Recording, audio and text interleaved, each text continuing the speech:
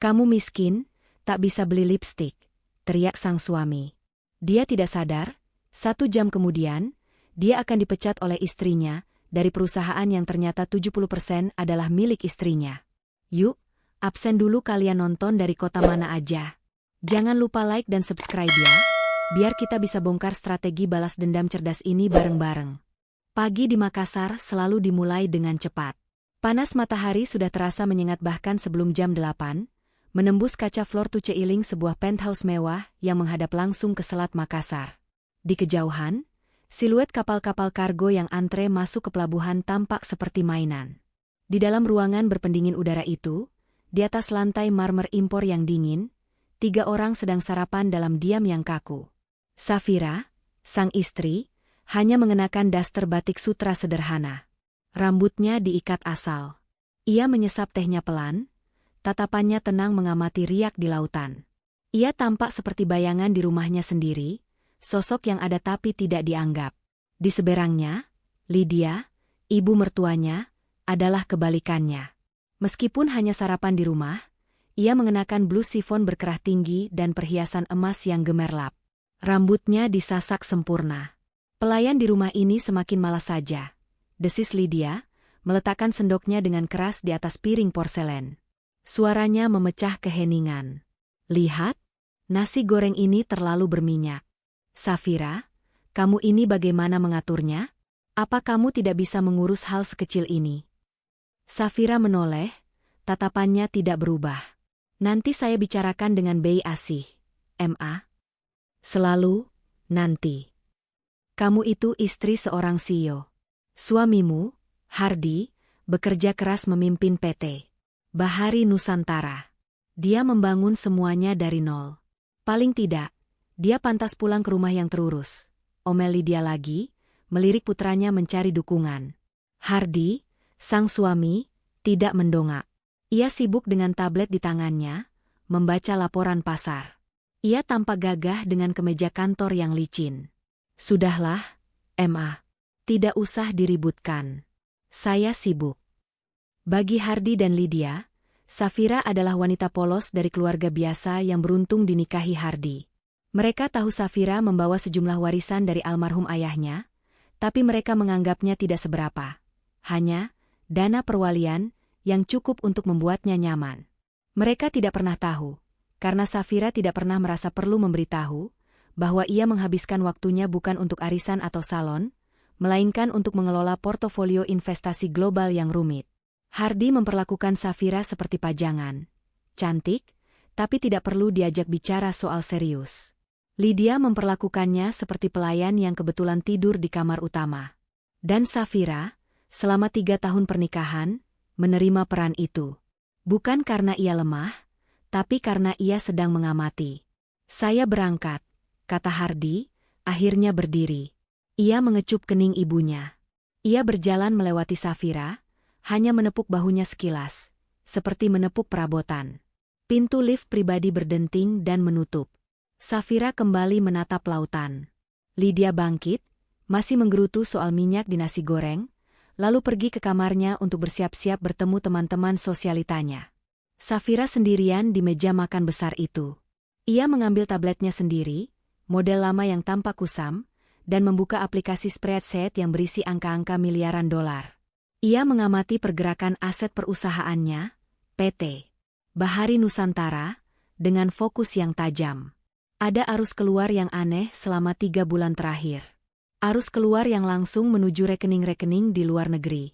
Ia tahu apa yang dilakukan suaminya. Dan ia tahu, hari ini akan berakhir. Kantor pusat PT Bahari Nusantara adalah gedung kaca baru yang mencolok di kawasan bisnis Panak Kukang. Di lantai teratas, di ruang CEO, Hardi mondar-mandir dengan gelisah. Di depannya, duduk Sandra, Direktur Keuangan perusahaan. Sandra tidak hanya kompeten dalam angka, tapi juga dalam menjaga rahasia Hardi. Ia adalah selingkuhan Hardi selama 2 tahun terakhir. Penampilannya tajam, dengan setelan kerja mahal dan lipstik merah menyala. Kita tidak bisa menutupinya lagi, Hardi, kata Sandra, suaranya tegang. Audit internal sudah mencium sesuatu.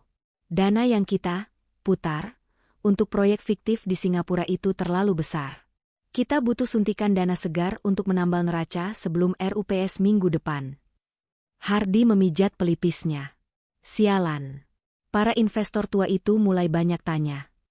Kita butuh setidaknya 20 miliar. Cepat. Hardy berhenti mondar-mandir. Wajahnya berubah licik. Aku tahu cara mendapatkannya. Safira. Sandra mengangkat alis.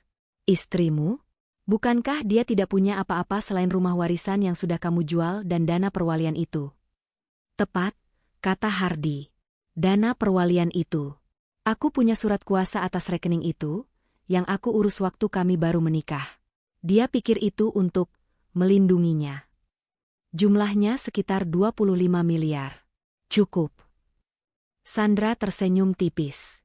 Kamu mau meminjamnya? Lebih baik lagi, kata Hardy, kita pindahkan seluruh isinya ke rekening offshore kita. Setelah itu, aku akan bekukan rekeningnya. Aku akan bilang padanya ini masalah hukum waris. Ada sengketa dari keluarga jauhnya. Dia bodoh, dia akan percaya. Dan setelah itu, setelah RUPS beres dan kita berhasil mengambil alih saham investor lain menggunakan dana ini, aku akan menceraikannya, kata Hardy dingin. Aku muak berpura-pura. Dia tidak selevel denganku. Kamu yang seharusnya ada di sampingku, Sandra. Sandra berdiri, melingkarkan tangannya di leher Hardy. Itu rencana yang brilian. Kamu akan mendapatkan perusahaan ini, dan aku akan mendapatkan kamu. Hari ini, kata Hardy, kita lakukan hari ini. Aku akan menghancurkannya pagi besok. Saat dia tidak punya uang sepeser pun, dia tidak akan bisa melawan.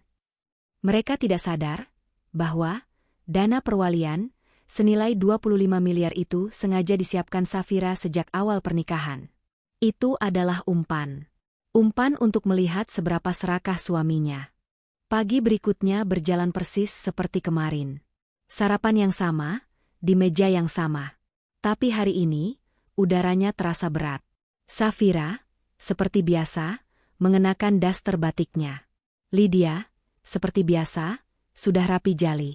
Hardy duduk, tapi tidak menyentuh sarapannya. Ia menunggu. Safira, panggil Hardy, suaranya dibuat-buat terdengar serius. Ada yang harus kamu tahu. Safira menatapnya. Coba kamu cek rekening perwalianmu, kata Hardy. Safira mengambil ponselnya, pura-pura memeriksa aplikasi perbankan. Ia menatap layar itu beberapa detik, lalu menatap Hardy. Tidak bisa dibuka. Katanya diblokir. Hardy tersenyum miring. Senyum yang penuh kemenangan dan penghinaan. Ia mengambil tabletnya dan melemparkannya ke tengah meja, menimbulkan bunyi keras di atas marmer. Bukan cuma diblokir, teriak Hardy, suaranya tiba-tiba naik. Mulai sekarang rekeningmu dibekukan. Uangmu sudah habis. Lydia, yang tadinya bingung, kini menatap putranya dengan mata berbinar. Apa maksudmu? Tanya Safira pelan. Maksudku, kata Hardy, mencondongkan tubuhnya, kamu sekarang tidak punya apa-apa lagi. Semua asetmu disita karena sengketa warisan keluargamu. Kamu sudah jadi orang miskin. Tawa Lydia meledak. Tawa yang melengking dan penuh kepuasan. Apa ku bilang? Akhirnya, wanita parasit ini ketahuan juga belangnya. Miskin. Hardy ikut tertawa. Buat beli lipstik pun tak mampu. Kamu pikir aku mau membiayai wanita tak berguna sepertimu selamanya? Bereskan barangmu. Safira menatap kedua orang yang tertawa di depannya. Suaminya dan ibu mertuanya.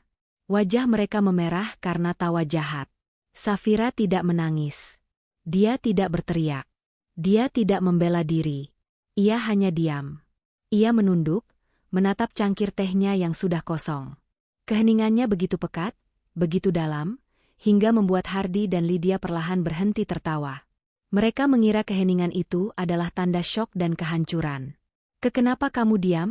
Bentak Hardy, sedikit gugup karena tidak mendapat reaksi yang diharapkannya. Menyesal? Terlambat. Safira mengangkat wajahnya. Matanya jernih, tanpa air mata. Sudah selesai bicaranya, Mas? Hardy terkejut. Apa? Tentu saja sudah. Sekarang pergi dari rumahku. Baik, kata Safira. Hardi dan Lydia saling pandang. Semudah itu? Hardi mendengus, menganggapnya sebagai kekalahan telak. Bagus. Aku ada rapat penting. Jangan sampai aku melihat wajahmu lagi saat aku pulang. Hardi mengambil tas kerjanya dan pergi. Lydia mengikutinya sampai ke lift, masih mengomel, "Bagus, Hardi. Usir dia. Suruh dia pulang jalan kaki." Wanita tidak tahu diuntung. Pintu lift tertutup. Safira ditinggal sendirian di ruang makan yang mewah. Keheningan total menggantung di udara. Ia melihat jam di dinding. Pukul 7.58. Ia menunggu. Waktu merayap pelan. Pukul 8.30. Safira membuat secangkir teh baru. Pukul 8.45. Ia membuka laptopnya. Laptop kerja berlapis titanium yang selalu ia sembunyikan di laci kabinet dapur. Pukul 8.58. Ia masuk ke sistem video conference yang aman. Pukul 9. Tepat 1 jam setelah ia dihina. Di kantor PT Bahari Nusantara, Hardi dan Sandra sedang merayakan di ruang CEO. Gelas sampahnya sudah terisi. 25 miliar. Sudah masuk rekening kita di Kaiman, kata Sandra sambil tersenyum, menunjukkan layar laptopnya. Bersih. Sempurna, kata Hardi, mengangkat gelasnya. Untuk kita, dan untuk perusahaan baru kita. Selamat tinggal Safira si miskin. Bing. Suara notifikasi email masuk terdengar serentak dari laptop Hardi, laptop Sandra, dan ponsel mereka. Bukan email biasa. Ini adalah undangan rapat darurat. Subjek, pemberitahuan rapat Dewan Pengawas luar biasa, segera pukul 95 WIB pengirim, Kantor Hukum Kresna, Rekan. Hardi dan Sandra membeku. Kresna Rekan, desis Sandra. Itu firma hukum termahal di Jakarta. Siapa mereka? Aku tidak tahu, kata Hardi, wajahnya mendadak pucat. Siapa yang berani memanggil rapat Dewan Pengawas tanpa persetujuanku? Aku CEO-nya. Rapatnya 5 menit lagi, Hardi. Kita harus masuk, kata Sandra, buru-buru menutup layar rekening offshore-nya. Mereka berdua bergabung ke panggilan video itu dari meja kerja Hardi. Jantung Hardi berdebar kencang. Wajah-wajah anggota Dewan Pengawas lainnya yang minoritas mulai bermunculan di layar, semuanya tampak bingung. Tepat pukul 9.05, layar utama diambil alih oleh seorang pria parubaya yang rapi berwibawa, yang tidak mereka kenali. Selamat pagi, kata pria itu. Suaranya tenang dan berwibawa. Saya Ganesha Kresna, dari Kresna Rekan. Saya adalah penasihat hukum dari pemegang saham pengendali PT Bahari Nusantara. Hardi langsung menyela. Maaf, Pak Ganesha. Pasti ada kesalahan. Saya pemegang saham pengendali sekaligus CEO di sini. Pak Ganesha menatap lurus ke kamera, seolah menembus layar dan menatap Hardi. Berdasarkan data kustodian Sentral Efek Indonesia per pagi ini, kepemilikan saham Anda, Pak Hardi, tercatat 15%, 15%. Ruang rapat virtual itu hening. Itu tidak mungkin, bantah Hardi. Saham Anda adalah saham publik. Lanjut Pak Ganesha, tidak terpengaruh. Sedangkan 70%, saham perusahaan ini dimiliki secara privat oleh sebuah holding company bernama Bintang Timur Investama, yang selama ini memilih untuk anonim. Mata Sandra membelalak. Bintang Timur? Investama? Siapa itu? Klien kami, Bintang Timur Investama, yang telah memanggil rapat ini, kata Pak Ganesha. Dan sesuai mandat yang diberikan kepada saya, hari ini, pemilik Bintang Timur Investama akan membuka identitasnya dan mengambil alih kepemimpinan Dewan. Seluruh peserta menahan napas. Lalu, sebuah jendela video baru muncul di layar. Safira bergabung dalam panggilan. Safira masih di meja makan penthouse itu. Ia masih mengenakan daster batik sutra yang sama. Di belakangnya, masih terlihat piring kotor sisa sarapan Hardi dan Lydia. Ia menatap lurus ke kamera laptopnya. Wajahnya tenang, seperti lautan yang tadi pagi ia amati. Di kantor CEO, Hardi merasakan seluruh darahnya surut dari wajah. Ia seperti melihat hantu. Ia menatap layar, lalu menatap Sandra, lalu kembali ke layar. Ia membuka mulut, tapi tidak ada suara yang keluar. Sandra lebih cepat panik. Ini lelucon. Apa-apaan ini? Kamu? Ia menunjuk ke layar. Kamu kan istrinya Hardy. Kamu tidak punya apa-apa. Pak Ganesha berdeham. Mohon tenang, Ibu Sandra. Izinkan saya memperjelas. Nona Safira, lanjut Pak Ganesha, adalah satu-satunya putri dan ahli waris dari almarhum Tuan Haryanto Suroso, pendiri Bintang Timur Investama. Beliaulah yang mendanai pendirian PT Bahari Nusantara 3 tahun lalu, dan menunjuk Pak Hardy sebagai CEO untuk menjalankannya. Hardy terhuyung mundur dan jatuh terduduk di kursinya. Tidak mungkin. Ayahnya dibilang bangkrut. Itu adalah informasi yang sengaja disebar untuk melindungi aset beliau, kata Safira, akhirnya berbicara. Suaranya datar, dingin, dan jernih. Terdengar jelas di seluruh ruang rapat virtual. Rekening perwalian yang kamu bekukan pagi ini, Mas, lanjut Safira, menatap langsung ke mata suaminya di layar, adalah rekening umpan yang saya buka khusus untuk menguji kamu. Uang 25 miliar itu, uang receh saya. Lidah Hardy keluh. Lydia, yang baru kembali dari lobi bawah setelah mengantar temannya, masuk ke ruang kerja Hardy untuk mengambil tasnya, dan tertegun melihat wajah pucat Hardy dan Sandra yang menatap layar. Lydia ikut melihat layar itu. Ia melihat Safira. Dia, pekik Lydia. Kenapa wanita miskin itu ada di rapatmu, Hardy? Safira di layar menoleh sedikit, seolah bisa mendengar suara Lydia. Pak Ganesha melanjutkan. Atas nama klien saya, Nona Safira, selaku pemegang 70% saham dan kini menjabat sebagai Chairman Dewan Pengawas, rapat ini resmi dibuka. Agenda pertama. Safira mengangkat tangannya. Pak Ganesha langsung diam. Safira menatap kamera. Agenda pertama, katanya.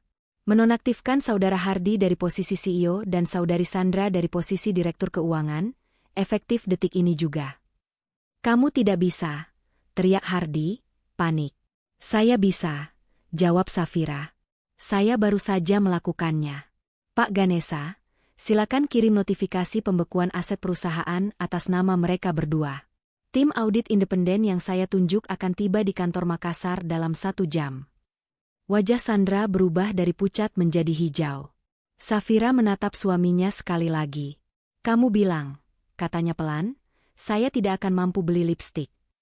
Ia meraih sesuatu di meja, di luar jangkauan kamera. Itu adalah lipstik mahal. Ia membukanya, mengoleskannya perlahan di bibirnya. Masalahnya, Mas Hardy, kata Safira, suaranya kini tajam seperti pisau. Saya tidak perlu membelinya. Karena pabrik lipstik itu juga milik saya. Panggilan video itu berakhir. Layar laptop Safira kembali menampilkan spreadsheet investasinya. Di penthouse itu, keheningan terasa 10 kali lebih pekat. Sementara di ruang CEO PT Bahari Nusantara, suasana pecah. Tidak. Hardy menggebrak meja.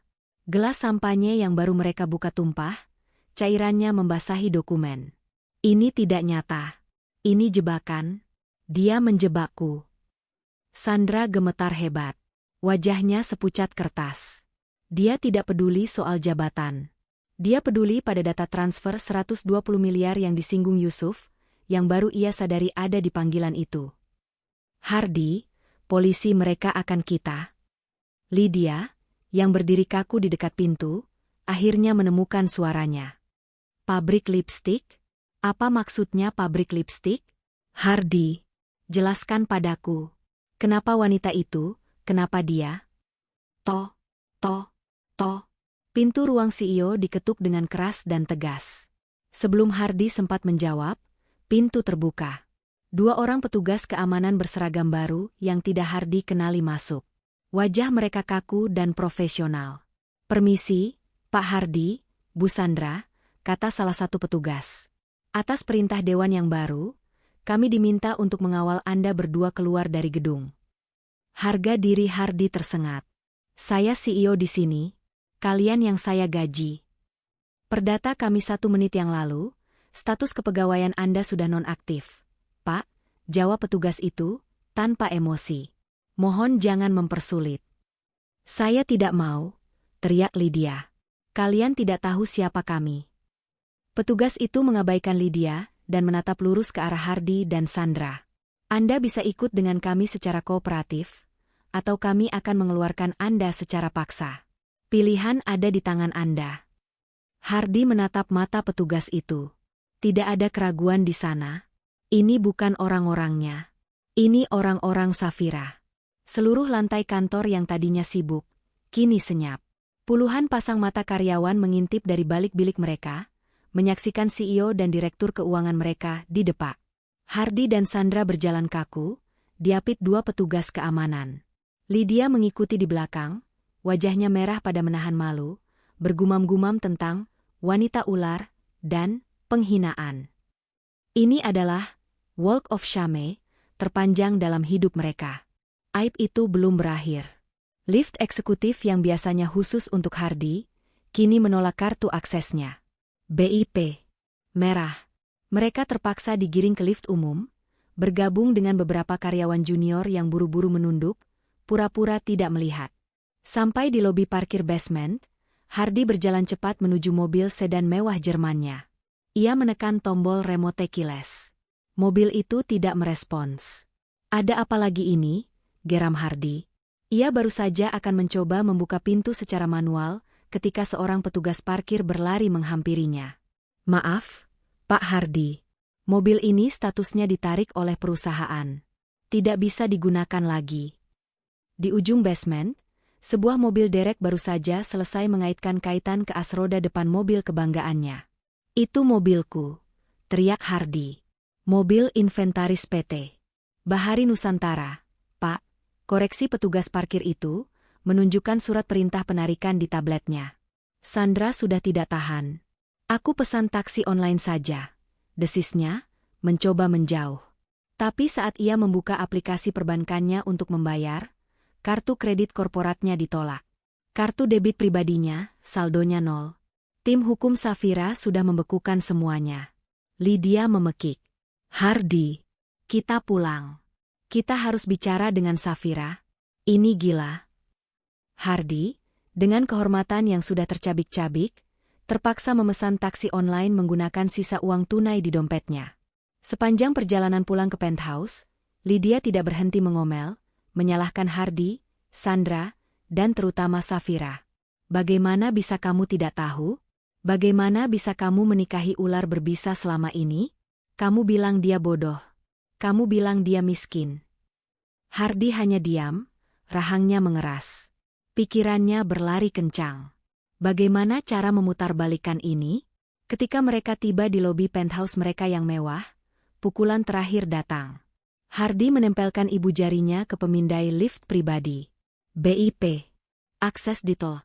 Ia mencoba kartu aksesnya. Di tol. Lydia mencoba. Di tol. Mereka terkunci di luar rumah mereka sendiri. Ada yang bisa saya bantu, Pak Hardy, Bu Lydia?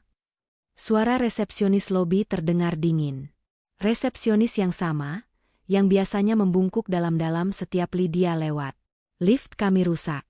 Panggil teknisi, bentak Lydia. Lift tidak rusak, Bu, kata resepsionis itu. Pendaftaran biometrik dan kartu akses Anda sudah dinonaktifkan. Apa? Ini rumah kami. Menurut sistem, pemilik unit adalah Nyonya Safira. Anda berdua terdaftar sebagai penghuni. Dan status penghuni Anda sudah dicabut. Hardy merasa mual. Dicabut. Seperti kartu perpustakaan. Telepon Safira, perintah Hardy. Resepsionis itu mengangkat gagang telepon intercom. Nyonya Safira, Pak Hardy dan Bu Lydia ada di lobi. Mereka meminta izin untuk naik. Ada jeda beberapa detik. Baik, Nyonya.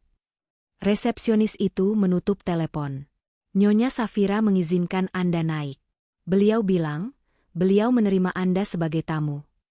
Tamu. Kata itu menusuk lebih tajam dari pisau. Mereka harus menggunakan lift barang di belakang, yang digunakan para staf dan catering, untuk naik ke rumah yang selama ini mereka anggap milik mereka. Saat pintu lift barang terbuka, pemandangan di ruang tamu membuat Hardy dan Lydia terhenti. Ruangan itu sudah berubah. Tidak ada lagi pajangan-pajangan mahal pilihan Lydia. Ruangan itu kini tampak seperti ruang komando. Beberapa orang asing berbusana profesional sibuk dengan laptop mereka di meja makan besar. Safira tidak lagi memakai daster. Ia kini mengenakan celana katun hitam yang rapi dan blus sederhana berwarna krem. Rambutnya diikat ekor kuda yang ketat. Ia tampak berkuasa. Di sampingnya, berdiri seorang pemuda kurus berkacamata yang tampak gugup, namun matanya tajam. Pemuda yang tadi ada di panggilan video. "Mas Hardy, Bu Lydia, silakan duduk," kata Safira, nadanya sopan tapi dingin. "Kenalkan, ini Yusuf. Analis data junior di Bahari Nusantara.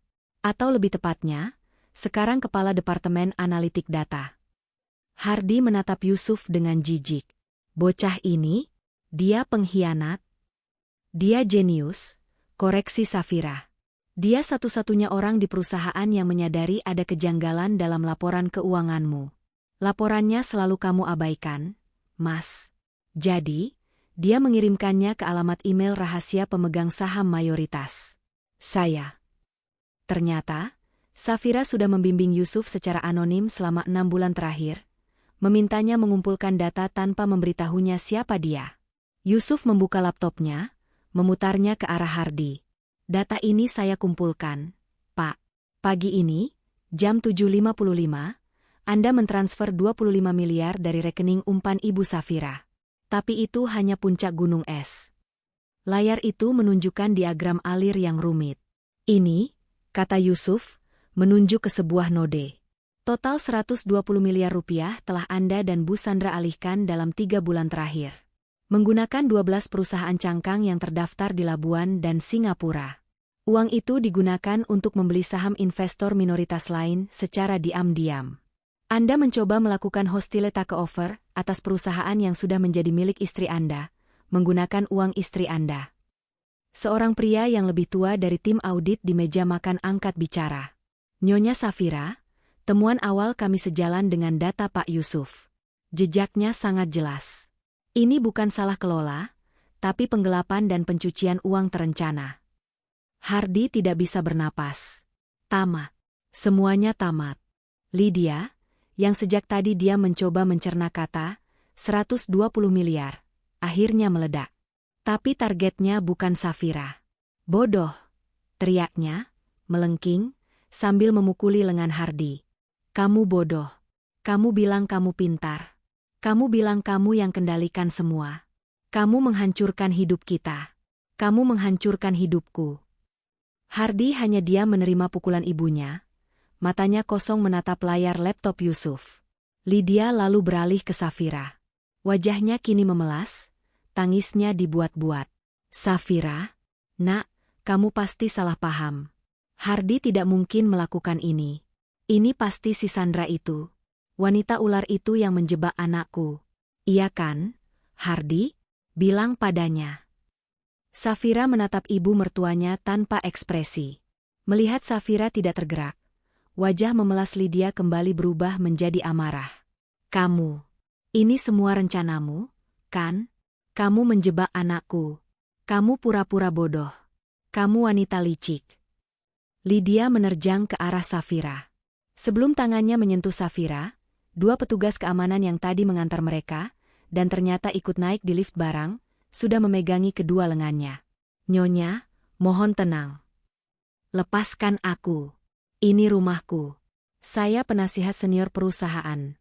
Saya punya gaji besar," jerit Lydia histeris. Safira menghela napas. "Yusuf." Yusuf langsung mengetik sesuatu.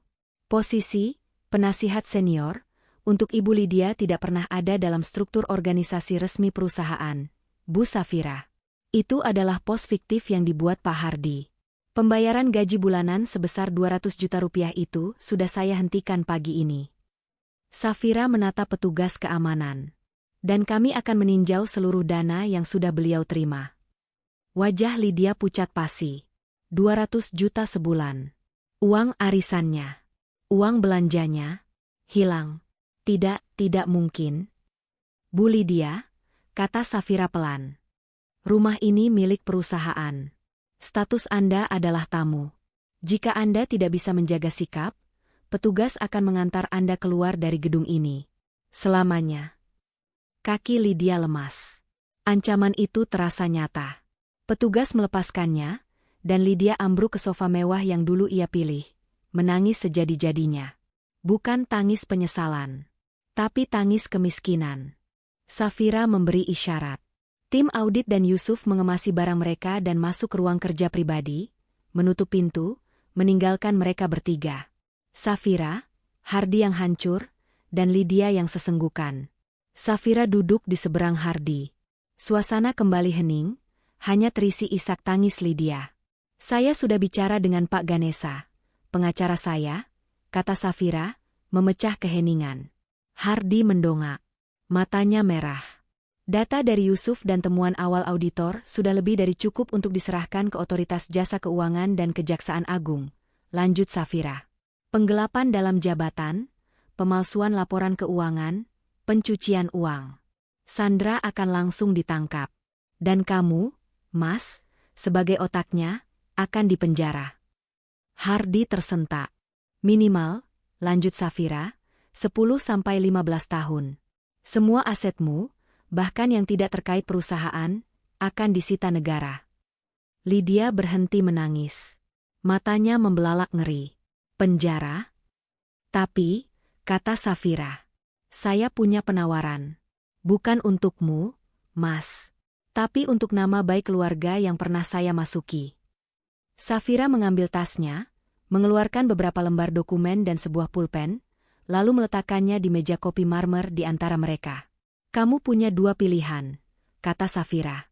Pilihan A, saya telepon Pak Ganesa sekarang, dan dia akan meneruskan berkasnya ke polisi. Kita selesaikan di pengadilan. Safira berhenti sejenak, membiarkan ancaman itu meresap. Pilihan B. Safira mendorong dokumen itu ke arah Hardi. Itu surat cerai. Tanda tangani sekarang. Hardi menatap dokumen itu. Itu, lanjut Safira, menunjuk lembar kedua, surat pengalihan 15% sisa sahammu di PT Bahari Nusantara kepadaku. Sebagai ganti rugi sebagian kecil atas apa yang kamu curi. Lydia berteriak, jangan, Hardi, itu hartamu. Diam, Ma, bentak Hardi, suaranya serak. Ia tahu ibunya tidak mengerti. 15% saham atau 15 tahun penjara. Apalagi, tanya Hardi pada Safira, suaranya getir. Kembalikan 25 miliar yang kamu ambil pagi ini, kata Safira. Transfer kembali ke rekening perusahaan, sekarang juga.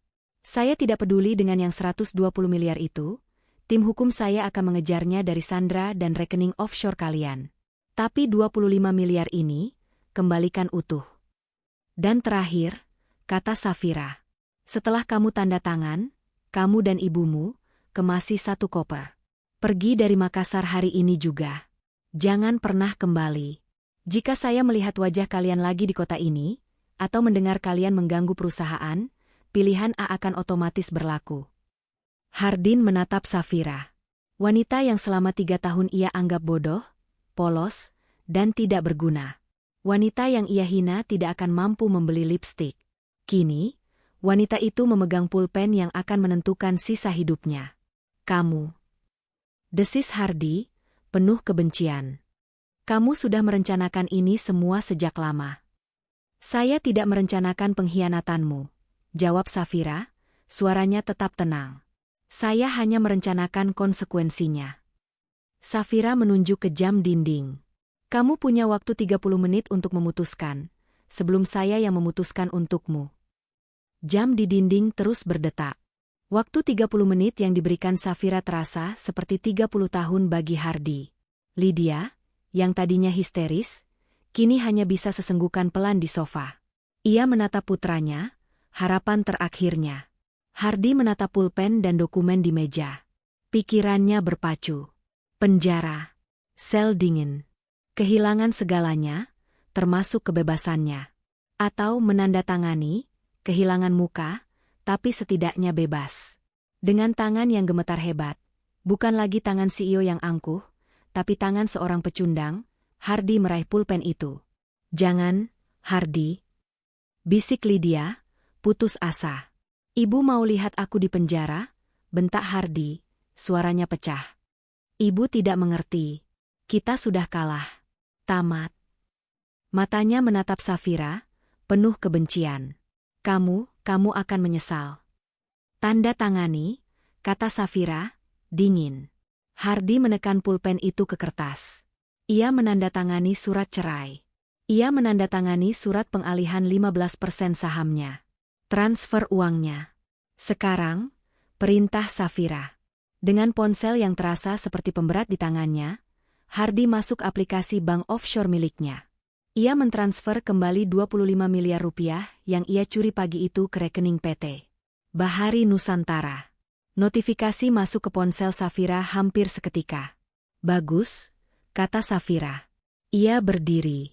Petugas, panggilnya. 2 petugas keamanan yang tadi berjaga di pintu masuk kembali. Tolong awasi Pak Hardy dan Bu Lydia selagi mereka mengemasi 1 koper mereka masing-masing, kata Safira. Pastikan mereka tidak mengambil apapun selain pakaian pribadi. Aset apapun yang dibeli atas nama perusahaan, termasuk perhiasan yang dipakai Ibu Lydia, harus ditinggal. Lydia memekik ngeri saat melihat petugas itu menatap kalung berlian dan jam tangan emas di tubuhnya. Ini punyaku. Itu dibeli menggunakan kartu kredit korporat atas nama penasihat senior, kata Safira. Tinggalkan di meja. Atau pilihan A masih berlaku. Dengan tangan gemetar, Lydia melepaskan semua perhiasannya. Ia menangis tanpa suara saat melihat kilau emas itu untuk terakhir kalinya. 1 jam kemudian, Hardy dan Lydia, masing-masing hanya membawa 1 koper, digiring keluar melalui lift barang. Mereka meninggalkan penthouse itu, meninggalkan kehidupan mewah mereka, tanpa ada yang mengantar. Mereka menghilang dari rumah itu, dan seperti yang Safira perintahkan, menghilang dari kota Makassar. 2 hari kemudian, kantor pusat PT Bahari Nusantara terasa tegang.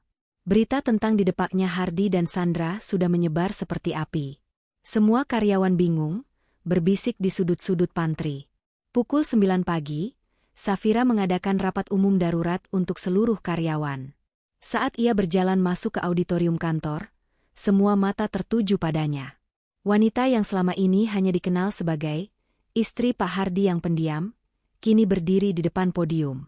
Ia tidak lagi mengenakan daster, tapi setelan kerja berwarna navy blue yang pas di badan. Sederhana, tapi memancarkan otoritas. Selamat pagi, suaranya tenang, menggema lewat mikrofon. Saya tahu, 2 hari terakhir ini penuh dengan kebingungan dan rumor. Karyawan saling pandang. Banyak dari Anda mengenal saya sebagai istri Pak Hardy. Tapi hari ini, saya berdiri di sini sebagai pemilik 70% saham dan pejabat sementara CEO PT Bahari Nusantara. Nama saya Safira Haryanto. Saya tidak akan berbasa-basi, lanjutnya. Perusahaan kita sedang tidak sehat. Kita baru saja kehilangan 120 miliar rupiah akibat salah kelola dan tindak kriminal yang dilakukan oleh manajemen sebelumnya. Terdengar napas tertahan kolektif. Ini pertama kalinya angka kerugian itu disebut secara terbuka. Tugas saya bukan untuk meratapi masa lalu. Tugas saya adalah menyelamatkan perusahaan ini. Dan saya tidak bisa melakukannya sendiri. Karyawan mengira akan ada pidato motivasi yang berbunga-bunga. Tapi Safira berbeda. Saya tidak butuh pujian. Saya butuh data. Saya tidak butuh loyalitas buta. Saya butuh kompetensi. Ia menoleh ke samping. Yusuf, yang kini mengenakan kemeja baru, melangkah maju ke podium, sedikit gugup. Ini Yusuf, kata Safira. Selama 6 bulan terakhir, dia satu-satunya analis yang berani melaporkan anomali data, meski atasannya menyuruhnya diam. Mulai hari ini, dia adalah kepala Departemen Analitik Data. Seluruh departemen akan melapor padanya untuk audit efisiensi. Tidak ada lagi pos fiktif, tidak ada lagi anggaran yang digelembungkan. Mata karyawan beralih ke Yusuf, pemuda yang kemarin masih sering disuruh membuat kopi, kini menjadi orang terpenting kedua di ruangan itu.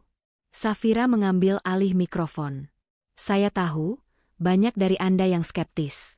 Anda mungkin berpikir saya hanya istri yang marah, atau wanita yang tidak tahu apa-apa soal logistik. Saya tidak akan buang waktu meyakinkan Anda dengan kata-kata. Buktikan dengan kinerja Anda, katanya mengakhiri rapat. Dan saya akan membuktikan dengan kinerja saya. Selamat bekerja kembali.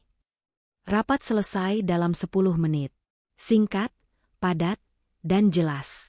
Safira meninggalkan auditorium di tengah keheningan yang tegang, menyisakan ratusan karyawan yang kini sadar, era baru telah dimulai. Malam itu, kantor CEO, yang sudah dibersihkan dari semua jejak Hardy, masih terang benderang. Hanya ada Safira dan Yusuf di dalamnya, dikelilingi tumpukan data audit. Kita sudah mengamankan 15% saham milik Hardy, kata Safira sambil memijat pelipisnya. Kita juga sudah memulai proses hukum untuk menyita aset-aset Sandra. Tapi yang 120 miliar itu, saya khawatir sebagian besar sudah hilang. Yusuf menatap layar laptopnya dengan kening berkerut. Bu Safira, ada yang lebih aneh dari itu. Apa? Saya sudah melacak aliran 120 miliar itu. Seperti temuan awal saya, sekitar 95 miliar memang dipakai untuk membeli saham investor lain secara diam-diam. Saham itu bisa kita bekukan dan ambil alih kembali lewat jalur hukum. Yusuf membesarkan salah satu diagram di layarnya. Tapi, ada sisa 25 miliar lagi. Ini bukan uang 25 miliar dari rekening umpan ibu yang mereka curi di hari terakhir. Ini 25 miliar lain, yang mereka ambil dari dana operasional perusahaan sebulan sebelumnya. Kemana perginya? Tanya Safira. Itu masalahnya, Bu, kata Yusuf tegang. Jejaknya tidak pergi ke rekening bank. Jejaknya berhenti di sebuah bursa penukaran aset digital internasional. Saya yakin mereka mengubahnya menjadi cryptocurrency. Safira terdiam. Ia langsung mengerti implikasinya. Aset digital. Aset anonim yang tidak bisa dibekukan oleh bank. Aset yang tidak bisa dilacak oleh sistem perbankan konvensional. Itu dana darurat mereka, gumam Safira. Uang yang mereka siapkan untuk kabur jika rencana mereka gagal. Mereka tidak bodoh. Mereka pasti panik sekarang, kata Yusuf. Rekening bank mereka kosong. Tapi mereka masih memegang kunci dari dompet digital berisi 25 miliar. Mereka hanya perlu cara untuk mencairkannya tanpa terlacak. Safira menatap Yusuf. Mereka akan mencoba kabur ke luar negeri, ke negara yang tidak punya perjanjian ekstradisi, lalu mencairkannya di sana. Benar, Bu. Tapi untuk melakukan itu, mereka butuh waktu. Mereka butuh pengalih perhatian. Safira mengangguk, pikirannya langsung menyusun strategi. Kalau begitu, kita tidak boleh memberi mereka waktu. Yusuf, fokuskan seluruh analisamu. Temukan alamat dompet digital itu. Dugaan Safira benar.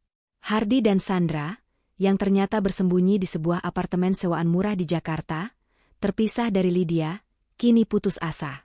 Uang tunai mereka menipis. Mereka harus mencairkan 25 miliar kripto mereka. Tapi untuk melakukannya, mereka harus mengacaukan situasi.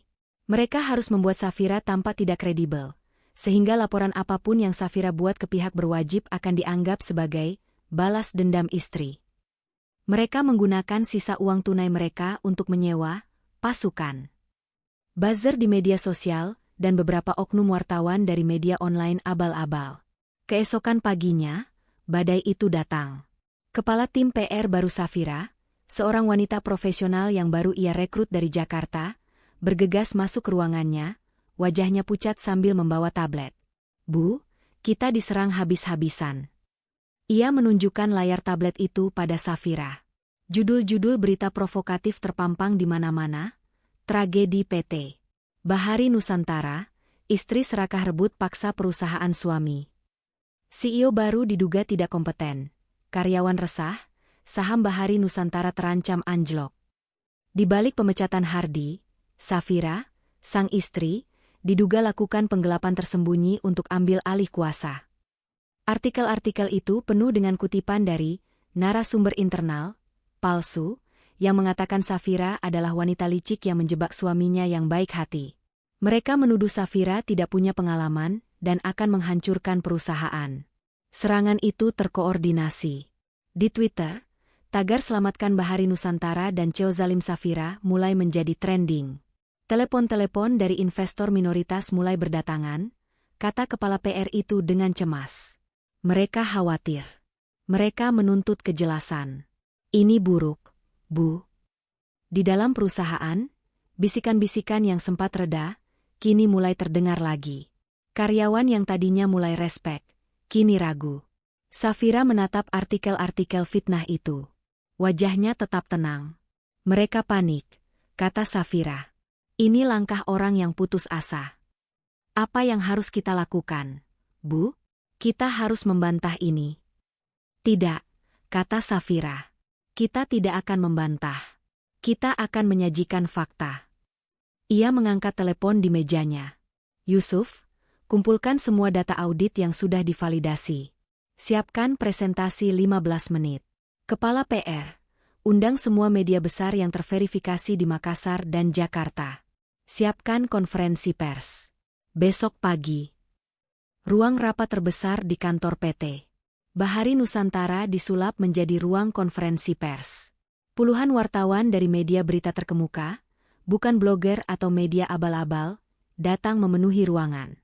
Mereka mencium ada berita besar. Safira berjalan ke podium. Ia mengenakan blus putih sederhana dan celana panjang hitam. Ia menatap kerumunan wartawan yang siap menyerangnya dengan pertanyaan. Seorang wartawan dari stasiun TV nasional langsung mengangkat tangan. Ibu Safira, ada tuduhan bahwa Anda merebut paksa perusahaan ini dari suami Anda, Pak Hardi. Apa tanggapan Anda? Wartawan lain menimpali, benarkah Anda tidak kompeten memimpin perusahaan sebesar ini? Dan benarkah Anda yang sebenarnya melakukan penggelapan? Safira menunggu ruangan itu tenang. Selamat siang, katanya, suaranya jernih dan stabil. Terima kasih sudah hadir. Saya membaca apa yang Anda semua baca pagi ini. Banyak drama, banyak tuduhan pribadi. Tapi saya tidak mengundang Anda ke sini untuk membahas gosip rumah tangga saya. Para wartawan saling pandang. Saya mengundang Anda ke sini untuk membahas fakta keuangan PT Bahari Nusantara. Safira memberi isyarat. Yusuf, yang berdiri di samping layar besar, memulai presentasinya. Ini, kata Safira, saat Yusuf menampilkan sebuah diagram alir yang rumit, adalah jejak uang perusahaan kita sebesar 120 miliar rupiah, yang dialihkan secara ilegal oleh manajemen sebelumnya, Tuan Hardi dan Nona Sandra. Yusuf mengganti slide. Nama 12 perusahaan cangkang di Labuan dan Singapura terpampang jelas. Ini, lanjut Safira, adalah bukti transfer dana operasional ke rekening pribadi. Dan ini, katanya lagi, adalah laporan awal dari firma audit independen Kresna Rekan, yang menyatakan adanya dugaan kuat tindak pidana korporasi, penggelapan dalam jabatan, dan pencucian uang. Seluruh ruangan hening. Para wartawan yang tadinya siap bertanya soal drama, kini sibuk mencatat data keuangan. Rumor di media sosial, kata Safira, menatap lurus ke kamera, dibayar untuk menciptakan kebingungan. Tapi angka di neraca tidak bisa berbohong. Perusahaan ini adalah korban pencurian. Tugas saya, lanjutnya, bukan untuk merebut, tapi untuk membersihkan. Dan saya akan membersihkannya sampai tuntas. Pertanyaan selanjutnya, silakan. Seorang wartawan senior angkat bicara, nadanya kini penuh hormat. Ibu Safira, dengan kerugian 120 miliar, bagaimana rencana Ibu menyelamatkan perusahaan? Safira tersenyum tipis. Pertanyaan bagus. Kita mulai dengan efisiensi. Dengan memotong pos-pos fiktif seperti penasihat senior, yang merugikan perusahaan 200 juta sebulan. Konferensi pers itu mengubah narasi 180 derajat. Dari istri serakah, menjadi CEO penyelamat. Kemenangan di konferensi pers itu memberi Safira ruang bernapas. Media kini berbalik memburunya, tapi sebagai narasumber kredibel. Namun, Safira tahu pertarungan inti belum selesai. Di ruangannya, ia dan Yusuf kembali bekerja. Mereka pasti menonton konferensi pers itu, Bu, kata Yusuf. Mereka tahu kita sudah punya bukti audit. Mereka akan semakin panik untuk mencairkan kripto itu. Sudah ketemu dompetnya? Yusuf mengangguk, matanya lelah tapi berbinar. Sudah. Mereka memang pakai mixer, layanan pengabur jejak, tapi mereka melakukan satu kesalahan bodoh. Mereka mengakses dompet utama itu dari IP address yang terdaftar atas nama apartemen sewaan Sandra di Jakarta. Saya menemukannya. Ia menunjukkan serangkaian kode panjang di layar. Alamat dompet digital itu. Bisakah kita ambil kembali? Tanya Safira. Tidak, Bu, kata Yusuf. Tidak tanpa private key mereka. Itu mustahil. Aset digital itu terdesentralisasi. Tapi Yusuf tersenyum licik. Kita tidak perlu mengambilnya. Kita hanya perlu membuatnya tidak berharga. Jelaskan, kata Safira, tertarik. Kita tidak bisa menyita kriptonya, kata Yusuf. Tapi kita bisa melaporkan alamat dompet digital ini ke semua bursa penukaran, exchange, besar di dunia. Kita laporkan sebagai dompet yang teridentifikasi terkait aktivitas pencucian uang dari PT Bahari Nusantara, lengkap dengan bukti laporan audit dan nomor laporan kita ke kejaksaan. Mata Safira bersinar. Semua bursa besar patuh pada regulasi anti pencucian uang, AMLA, internasional. Lanjut Yusuf. Begitu dompet ini masuk blacklist, tidak akan ada satupun bursa legal di dunia yang mau menerima transfer dari dompet ini. Mereka tidak akan bisa mencairkannya. Tidak akan bisa mengubahnya menjadi dolar, euro, atau bahkan rupiah. Safira langsung mengangkat teleponnya, menghubungi Pak Ganesa, pengacara utamanya. Pak Ganesa, kata Safira. Saya punya pekerjaan baru untuk Anda. Siapkan surat somasi internasional.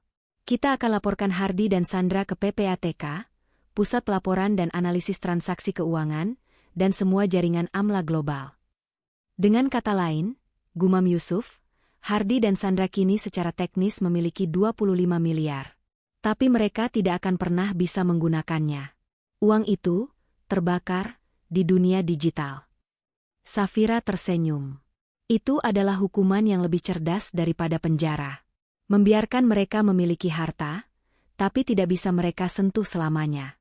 2 hari setelah konferensi pers yang menggemparkan itu, di Terminal 3 Bandara Soekarno-Hatta, Jakarta, suasana ramai seperti biasa. Di antara kerumunan itu, sepasang pria dan wanita tampak sangat gelisah. Mereka adalah Hardi dan Sandra. Penampilan mereka jauh dari citra eksekutif yang biasa mereka tampilkan. Hardi mengenakan topi baseball yang ditarik rendah dan kacamata hitam, meski berada di dalam ruangan. Sandra, yang biasanya berlipstik merah menyala, kini pucat tanpa riasan, rambutnya diikat asal dan ditutupi syal. Mereka tampak seperti buronan. Dan memang, begitulah kenyataannya. Setelah konferensi pers Safira, mereka tahu permainan telah usai. Media memburu mereka. Pihak berwajib pasti sedang menyusun berkas. Satu-satunya harapan mereka adalah 25 miliar dalam aset digital itu. Rencana mereka, terbang ke negara yang tidak memiliki perjanjian ekstradisi dengan Indonesia, lalu mencari cara mencairkan kripto itu di bursa lokal yang tidak terdaftar. Tapi pagi itu, saat Sandra mencoba memindahkan sebagian kecil asetnya untuk membeli tiket, transaksinya gagal. Ia mencoba lagi. Gagal. Ia mencoba di bursa lain. Ditolak. Ada apa? Desis Hardi, keringat dingin membasahi pelipisnya. Aku tidak bisa mengaksesnya. Bisik Sandra, panik. Semua bursa menolak alamat dompet kita. Mereka bilang, terkait aktivitas terlarang. Hardi terhuyung. Ia akhirnya mengerti. Safira tidak hanya mengaudit. Dia telah membakar uang mereka. Kita tidak punya waktu, kata Hardi, suaranya serak. Kita harus pergi. Sekarang. Pakai sisa uang tunai yang kita punya. Mereka telah menjual jam tangan mewah dan beberapa perhiasan Sandra yang tidak terikat perusahaan di pasar gelap. Uang itu pas-pasan untuk 2 tiket kelas ekonomi satu arah. Dengan jantung berdebar kencang, mereka mengantre di konter imigrasi. Ini adalah pertaruhan terakhir mereka. Laporan Safira ke PPATK dan Kejaksaan mungkin butuh waktu berhari-hari untuk diproses menjadi surat cekal, cegah tangkal, resmi. Mereka berharap masih punya celah waktu. Hardi menyerahkan paspornya. Petugas imigrasi yang muda itu memindainya. BIP. Petugas itu menatap layar. Lalu menatap Hardy. Lalu menatap layar lagi. Mohon tunggu sebentar, Pak, kata petugas itu dengan nada datar yang dibuat-buat. Ada sedikit masalah teknis dengan sistem. Jantung Hardy serasa berhenti berdetak. Ada apa? Saya harus mengejar penerbangan. Hanya sebentar, Pak. Petugas itu menekan tombol di bawah mejanya. Sandra, yang mengantre di konter sebelahnya, melihat petugas Hardy berbicara di telepon. Tanpa pikir panjang, Sandra meraih tasnya dan berbalik, mencoba berjalan cepat kembali ke kerumunan. Ibu Sandra, jangan lari, teriak petugas di konter Sandra. Teriakan itu membuat semua orang menoleh. Dua petugas keamanan bandara yang tegap langsung bergerak cepat. Pada saat yang sama, dua pria berpakaian sipil, yang ternyata telah mengawasi mereka sejak check-in, mendekati Hardy. Bapak Hardy? Ibu Sandra? Kata salah satu pria berwajah tegas itu, menunjukkan lencananya. Anda berdua diminta ikut kami ke kantor imigrasi. Ada surat penahanan dari Kejaksaan Agung atas nama Anda. Laporan Safira dan Pak Ganesha, yang didukung oleh data digital tak terbantahkan dari Yusuf, telah dipercepat prosesnya. Tidak ada celah waktu. Hardy lemas. Topinya jatuh. Wajahnya, yang kini terekspos di bawah lampu neon bandara, adalah wajah seorang pria yang kalah total. Sandra, yang tertangkap beberapa meter dari sana, hanya bisa menangis histeris. Permainan mereka benar-benar sudah berakhir. Di ruang interogasi yang dingin dan steril di kantor polisi bandara, Hardy duduk sendirian.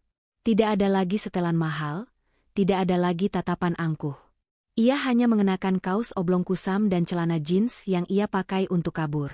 Pintu terbuka. Hardy mendongak, mengira itu pengacara yang ditunjuk negara. Tapi yang masuk adalah Safira. Ia didampingi oleh Pak Ganesha. Safira tampak tenang, mengenakan blus sederhana. Ia menatap Hardy, pria yang pernah menghinanya di meja makan. Melihat Safira, pertahanan terakhir Hardy runtuh. Ia tidak lagi marah. Ia hancur. Safira, bisiknya, suaranya serak. Tolong aku mohon. Safira hanya menatapnya, tidak tergerak. Ini semua salah Sandra. Hardy tiba-tiba berteriak, maju ke depan meja. Dia yang meracuniku. Dia yang mengatur perusahaan cangkang itu. Aku hanya ikut. Dia menjebakku, Safira. Seperti kamu menjebakku. Safira menggeleng pelan. Kamu masih menyalahkan orang lain, Mas. Aku minta maaf. Hardy menangis, air mata membasahi wajahnya yang tidak terawat. Aku minta maaf sudah menghinamu. Soal lipstik itu, aku hanya. Kamu hanya serakah, potong Safira, suaranya tetap datar. Dan kamu menyepelekan aku. Itu kesalahan terbesarmu. Tolong. Mohon Hardy lagi, nadanya kini seperti anak kecil. Bebaskan aku. Aku akan lakukan apa saja.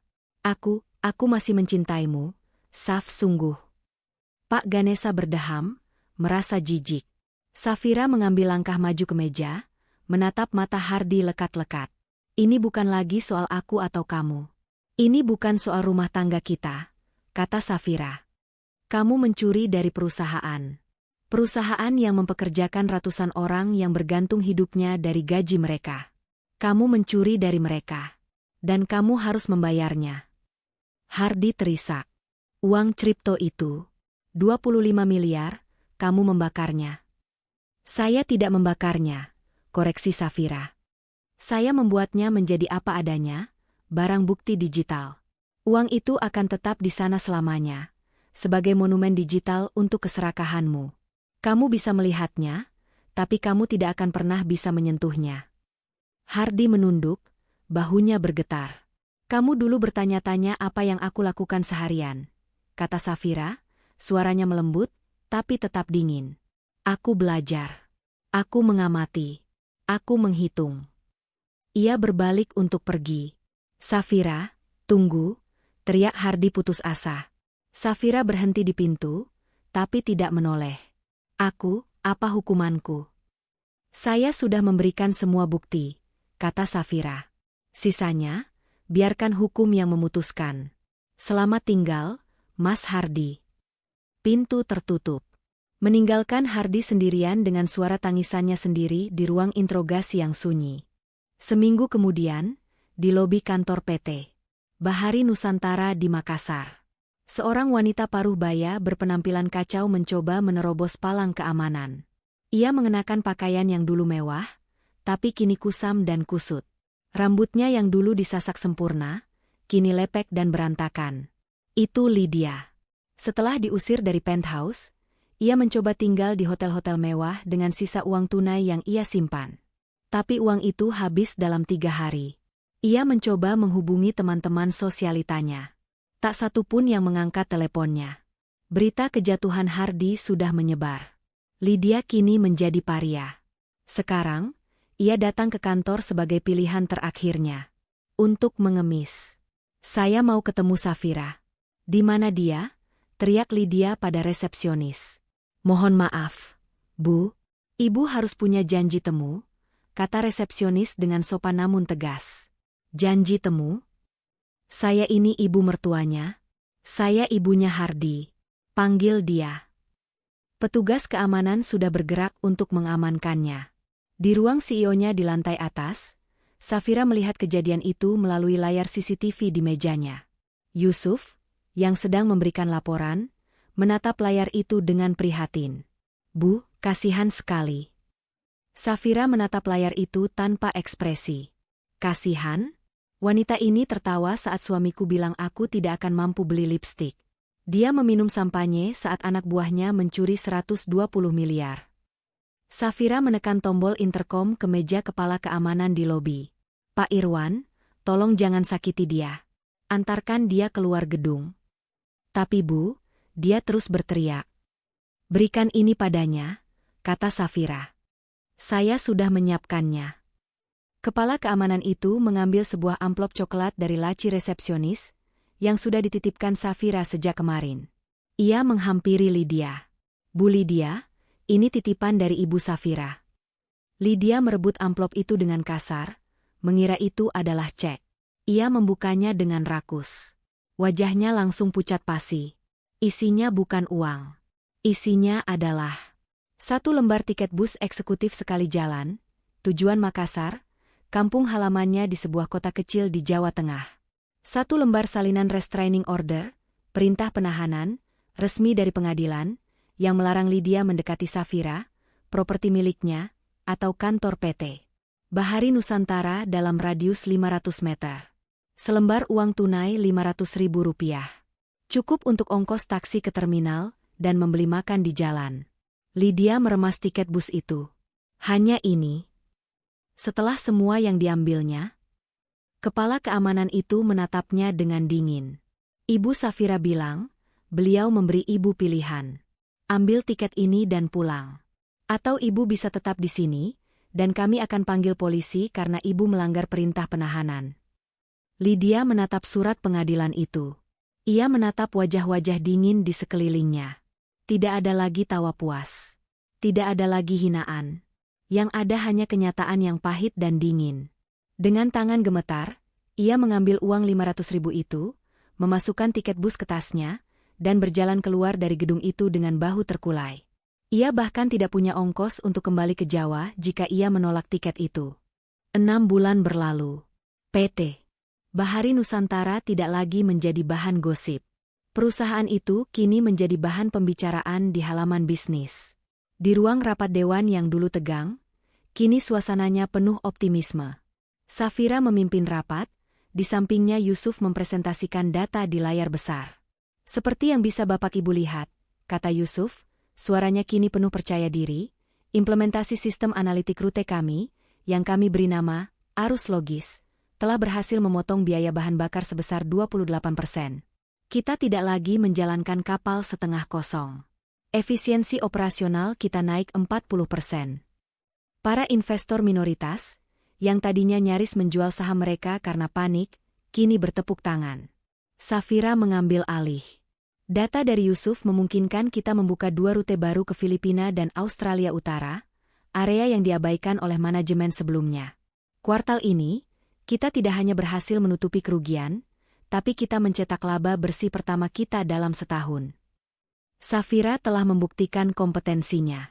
Bukan dengan teriakan atau drama, tapi dengan angka, strategi, dan efisiensi.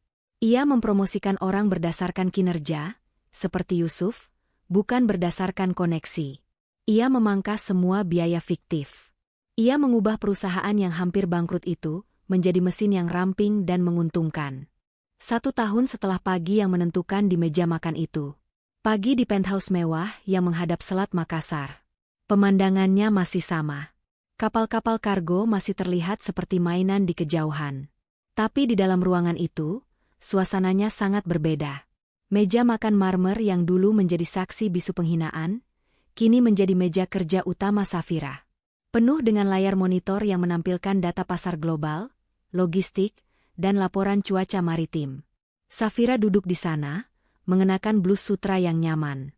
Ia menyesap tehnya, tatapannya tenang mengamati pergerakan asetnya. Pintu lift pribadi berdenting. Yusuf masuk, membawa tablet. Pagi, Bu Safira. Data kuartal 4 sudah final. Kita melampaui target laba sebesar 15%. Kerja bagus, Yusuf, kata Safira, tersenyum tulus. Bagaimana kabar proyek dermaga baru kita di Palu? Sesuai jadwal, Bu. Akan siap beroperasi bulan depan. Bagus. Atur perjalananku ke sana. Yusuf mengangguk dan pamit. Safira kembali sendirian. Ia menatap lautan. Ia teringat hari itu. Hari di mana ia dihina. Ia membuka laci meja kerjanya.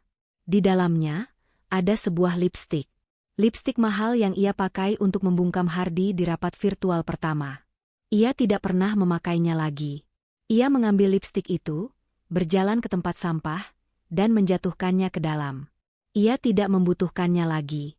Kemenangannya bukanlah balas dendam yang meledak-ledak. Kemenangannya ada di spreadsheet yang sehat, di perusahaan yang berkembang, dan di ratusan karyawan yang gajinya kini aman. Kemenangannya adalah ketenangan. Safira Haryanto, pemilik aset tak terlihat itu, kembali bekerja.